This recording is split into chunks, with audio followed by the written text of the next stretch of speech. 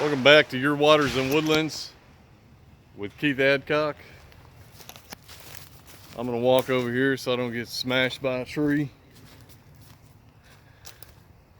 Like I asked folks, if you guys just hang with me, I'll get better at all this editing and won't have to break it up in small segments. You'll be a little bit more entertained as you're watching these. But if you guys have any comments or suggestions as far as what type of video camera I should buy, what type of editing program I should buy for these for my channel, put them in the comments below, because I have no idea what I'm doing. I'm a novice. I'm worse than a novice. I was actually kicked out of computer class when I was in I believe like the 8th grade. They made me take it, pulled me out of athletics, and I was very highly upset. So if you guys have any suggestions on any of those tools, let me know in the comments below, or what y'all would like to see a lot more of. So in the first segment I showed you the bedding area, and like I said, we're gonna walk back up this hill. They're really getting after it. I've got to mark a lot more trees in here.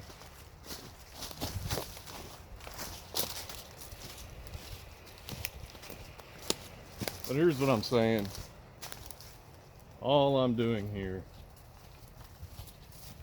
is probably one of the best things you can do on your property. But you don't want to just do a cutover, because it ends up being pretty difficult to hunt. See another rub there? I mean, I'm already on their edge of their line. So I came in here and scouted before I did this. I didn't just do this. It wasn't just, oh, I'm gonna throw this. Like, this was well thought out. Got another trail coming out.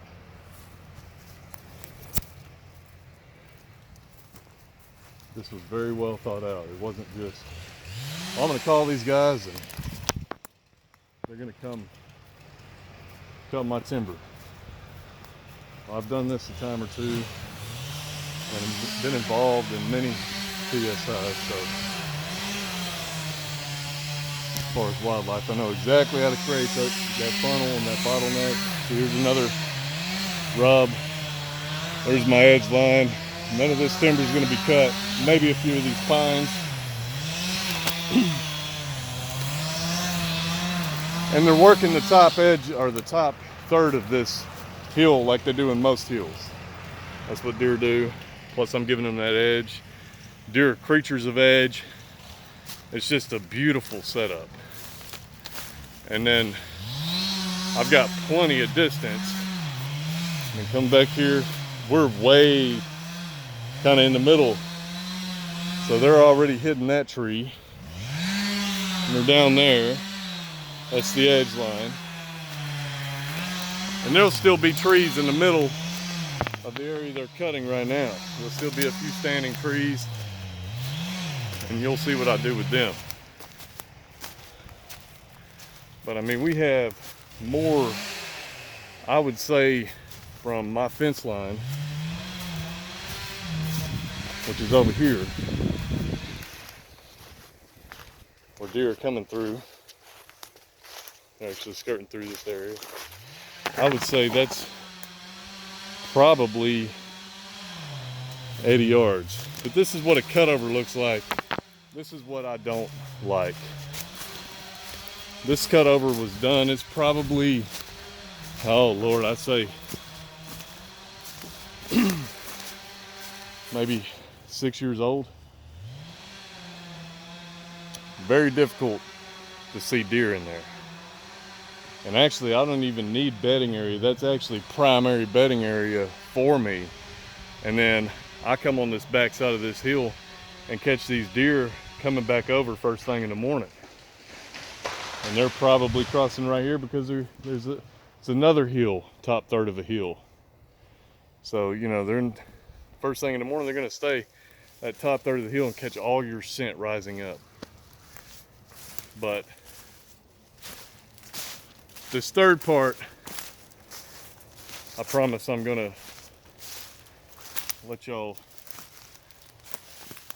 or teach you a thing or two in this next part about TSI.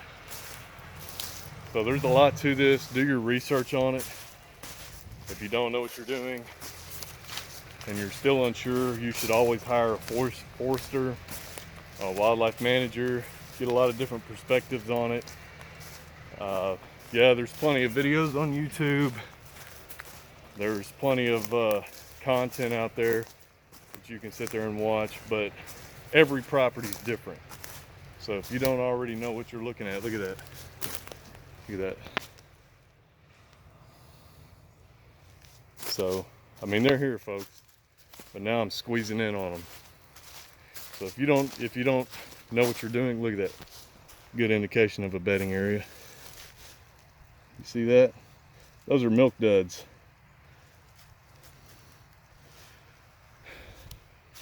Usually you'll find scat right next to bedding areas.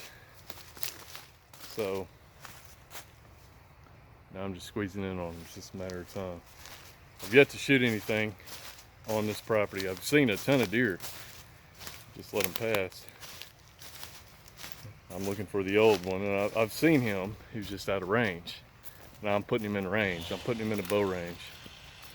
But on this next segment, I'm going to teach you about different types of trees, what to keep, what to let go, and maybe you can apply that to your own property. But like I said, always do your research. Always hire a professional and start from there. Don't just watch something on YouTube and think you're an expert. You know, there's plenty of books out there. There's plenty of guys that'll come help you, consult with you. So do that first. And you're making money by doing this. So it pays for all that. All right, thank you. We're going to see you on part 3.